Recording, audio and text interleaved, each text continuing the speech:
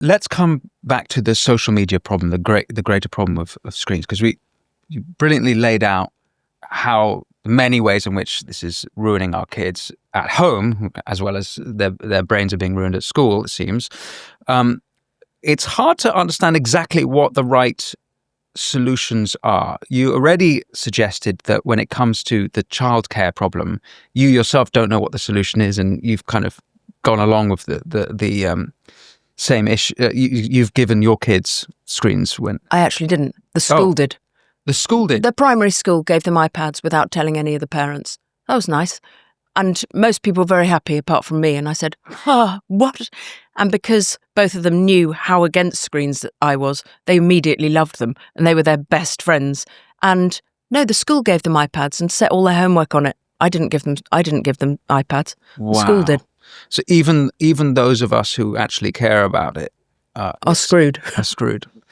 When it comes to the issue of the kids' social life being on WhatsApp, as you described, what exactly is the alternative there? It seems that's, when I speak to parents, that's always the reason why they're like, we've kind of got to let them a little bit, otherwise they miss out on that social life. And the social life is important.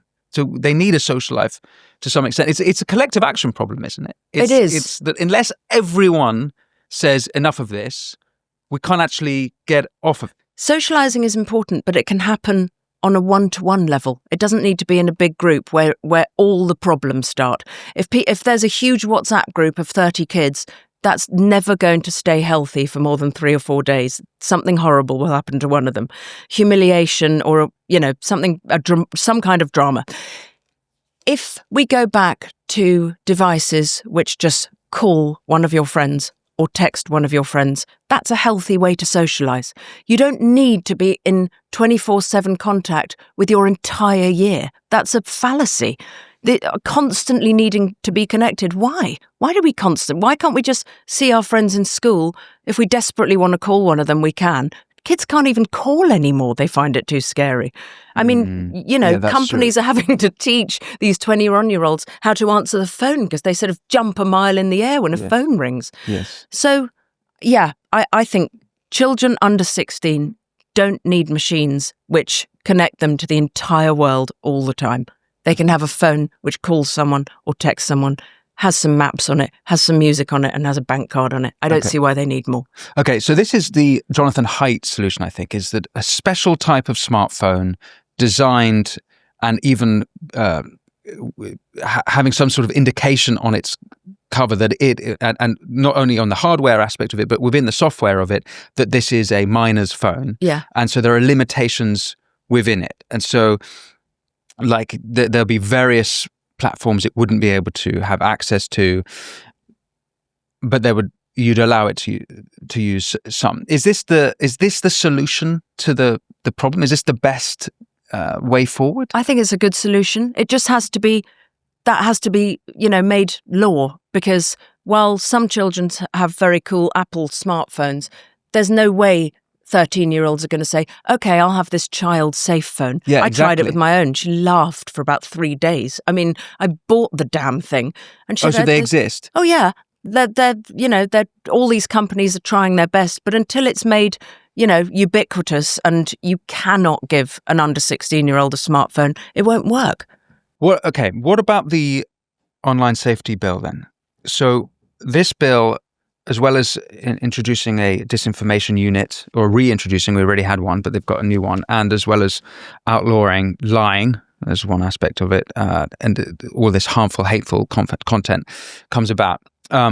This is an attempt inspired by the suicide of a young girl called Molly Russell, I think back in 2014, some years ago, and it pushed through under Nadine Dorries, under Boris Johnson's government. And now coming into full effect under Keir Starmer's government. This is an attempt to police and protect children.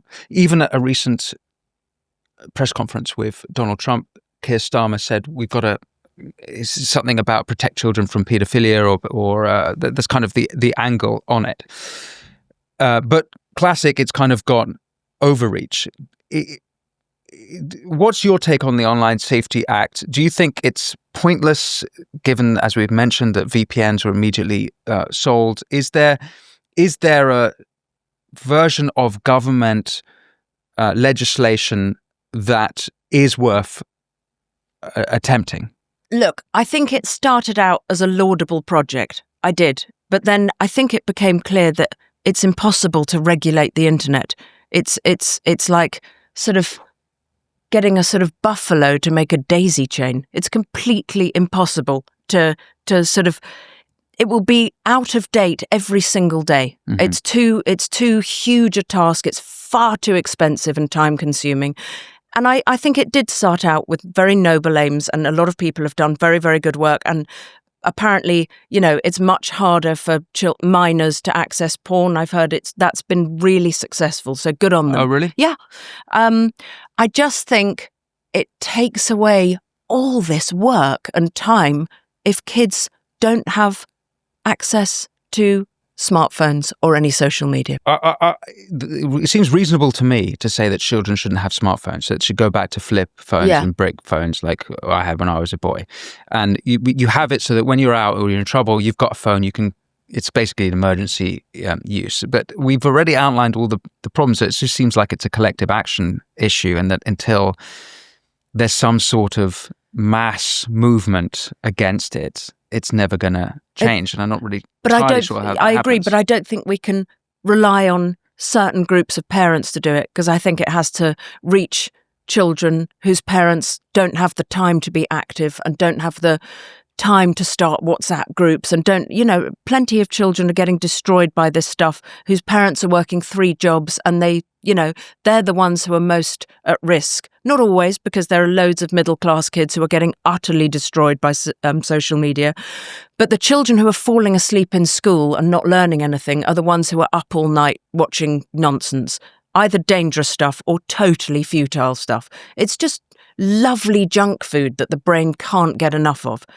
So I just think there needs to be really muscular law about this. I don't think children should have smartphones or social media. I would make it under 18, but for the sort of, more moderate people, under 16 would be an amazing start. And when you ask, people who are fighting for children's digital rights, you say, surely a child's main right is to be safe. I don't understand what you mean about digital rights. Why do they have a right to destroy their brain? Why do they have a right to not get a single GCSE? Why do they have a right to get fat and lonely and miserable in their room? What are you talking about? And they can't actually argue their case of why a smartphone is a good idea for a young child. They can't answer. Wouldn't a kid get around? I mean, let's say you were to outlaw smartphones for kids. Would they would presumably try and find a way around that. They would find smartphones, but I'm not sure. I guess it would be illegal to sell them smartphones, so you wouldn't be able to directly, and it would be, so then the only way they could get the smartphone is if an adult bought it for them. So, look, people would find their way around it, and it'd be really annoying, but it would become the norm for kids not to have smartphones rather than them to have them. It's the norm for all 12-year-olds to have phones now. It's just what happens. So it would be very good if that was flipped on its head and it was 3% who did have them rather than 3% who didn't have them. That would be amazing. Cool. I might come across very naive, and as I'm not a father, maybe I don't have this insight, but is there any reasoning to have with kids? If you can you explain to kids this? You're actually in a point of development where your brain is still growing. This has huge damage and is going to affect the rest of your life. Do you think kids would be receptive to that, or is it a bit like telling them, no, don't drink, don't do drugs, and they'll be like, why? I'm going to do them anyway. Is it the same sort of category? Thing, I'm afraid. So they're not ready to be reasoned with. Maybe 0.1% would say, oh my goodness, I've got to protect my brain. But most kids will be like, yeah, let me watch that funny video again. I don't think it will work. Mm-hmm. Wow. It's pretty bleak. Australia have just introduced some sort of abolition of smartphones or social media. Can you explain to me what's happened there? I think they're trying to make social media illegal for under 16s, and I think they've included YouTube, haven't they? I think they have. And I think that's really brave. I don't know what the ramifications are for grown-ups' free speech. I don't know yet. I think the sort of stopping children having access to all this gunk is brilliant. I just don't know if some sort of conservative Australians are saying, hang on a sec, why aren't we allowed to? I don't know if it's having ramifications for adults' freedom. I don't know. But I really like the general idea of it. It's brilliant. Good on them. It's interesting you bring up YouTube, and I know this because of the way we run this show and our social media platforms, but almost all of the engagement is with Reels.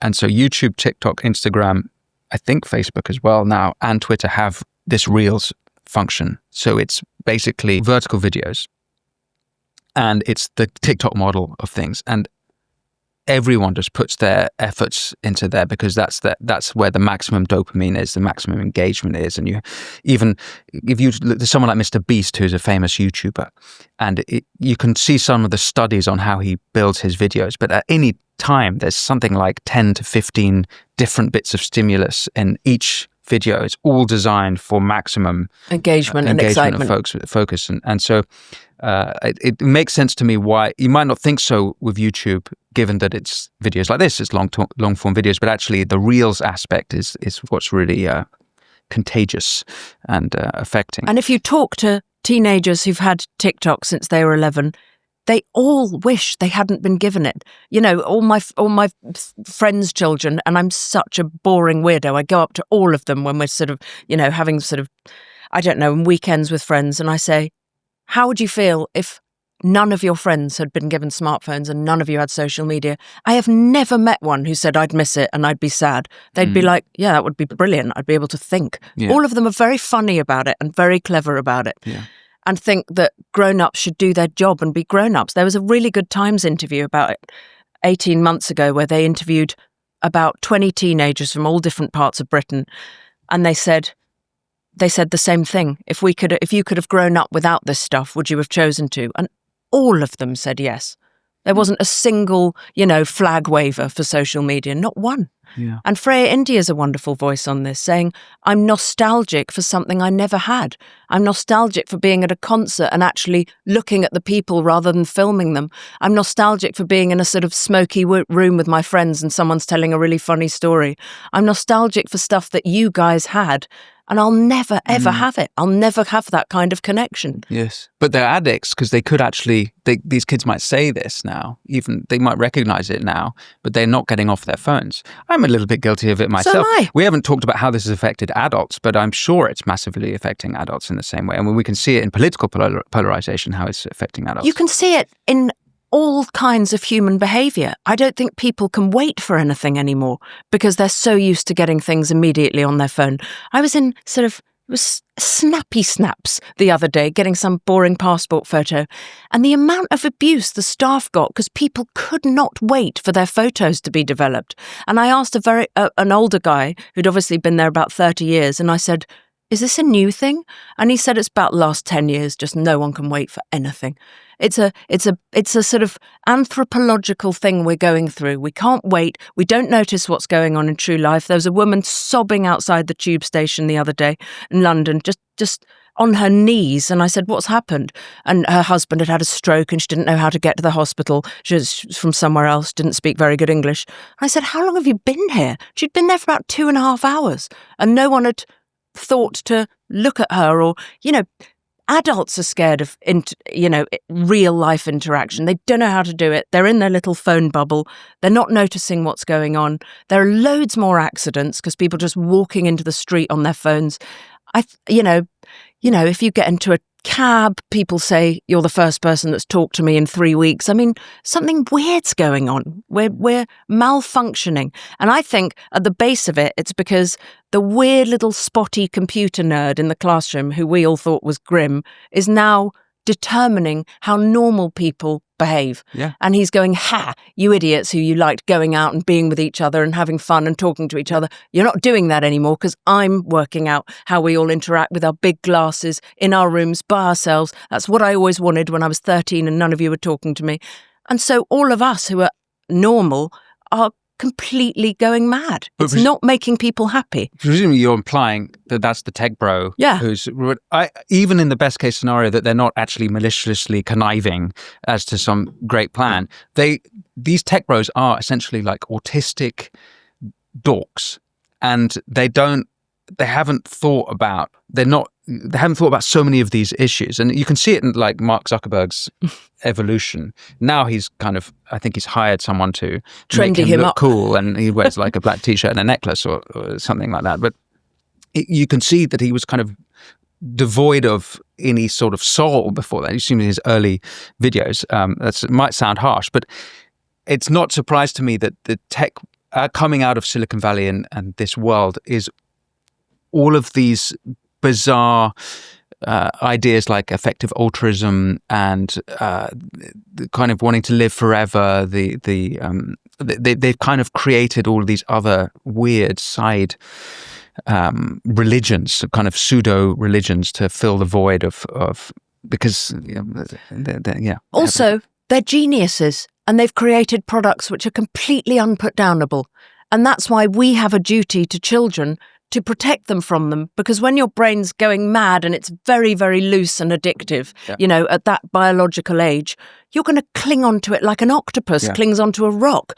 And we have to not even show them the rock. It's dangerously brilliant, this stuff. And it's okay once you're solid emotionally and neurologically. It's not okay before then. Yeah.